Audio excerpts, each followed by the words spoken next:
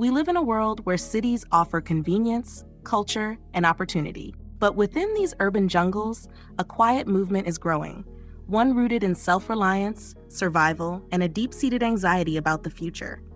It's called urban prepping, and it's becoming more mainstream than ever before. But what is driving this rise in urban prepping?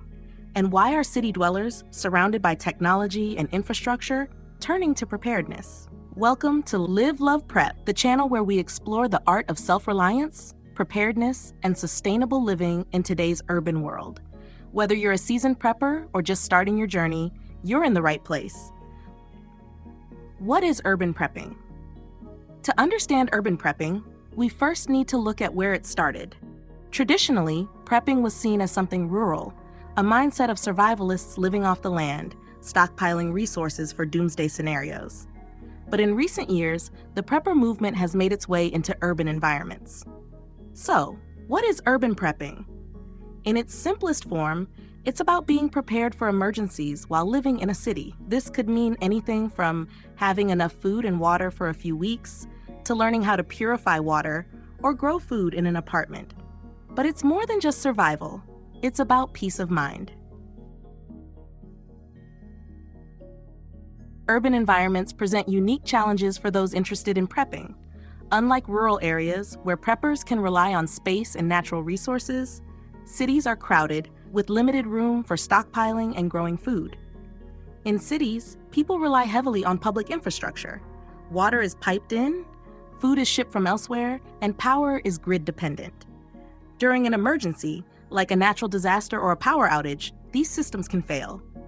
Urban prepping often involves creative solutions, growing vegetables in tiny apartments, setting up solar panels on rooftops, or using small-scale water filtration systems. It's about maximizing limited space and resources while being prepared for disruptions.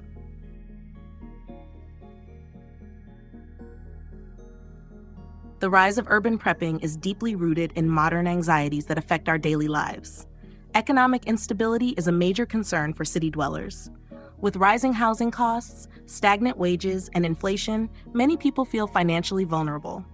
When your next paycheck doesn't go as far as it used to, the idea of preparing for financial hardship becomes more urgent.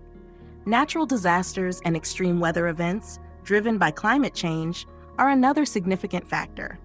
Cities are particularly susceptible to heat waves, floods, and storms, which can cripple critical infrastructure like power grids and water supplies. Urban preppers are well aware of how fragile these systems can be and how quickly they can break down. Recent global events have also exposed the vulnerabilities in our supply chains and healthcare systems. Many urban residents experience firsthand how quickly essential goods can disappear from store shelves during times of crisis. This uncertainty around the availability of resources has led more people to adopt a preparedness mindset. Political and social unrest has also played a role. Over the past decade, protests, riots, and instability have become more frequent in cities, leaving residents feeling uneasy. For some, prepping is about ensuring safety and stability, not just from natural disasters, but also from civil unrest and societal breakdowns. In addition to the big, headline-making issues, there are more subtle, personal reasons why urban residents are turning to prepping. First, there's a growing sense of disconnection in cities. Despite being surrounded by people, many feel isolated. Prepping, for some, is a way to regain control over their lives and create a sense of independence in a world that often feels overwhelming. Another factor is economic inequality. As wealth gaps widen in cities, people on the lower end of the economic spectrum may feel the need to prepare for the worst. Housing insecurity, rising rent, and job instability make the future feel uncertain, pushing people toward prepping as a form of security. Finally, many urban dwellers are influenced by the rapid pace of technological change. Automation, artificial intelligence, and tech disruptions threaten job security in cities. People are preparing not just for natural disasters, but for a future where technology upends their livelihoods. The demographics of urban prepping are as diverse as the cities themselves. Women are one of the fastest growing demographics in the prepping movement, especially in cities.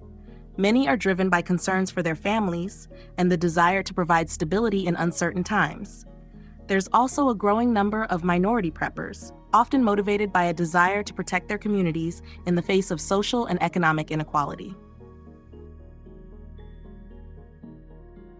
Of course, urban prepping comes with its own unique challenges. Space is one of the most significant hurdles. How do you store enough food or water in a small apartment? And then there's the reliance on public services. In the event of a disaster, urban preppers have to think about their reliance on others, whether it's neighbors, city infrastructure, or public transportation. Urban prepping is more than just a trend, it's a way to take control of an uncertain future. Now, I'd love to hear from you. Are you preparing for the unexpected? What steps have you taken to be more self-sufficient in your city? Share your thoughts and ideas in the comments below. I'd love to learn from your experiences.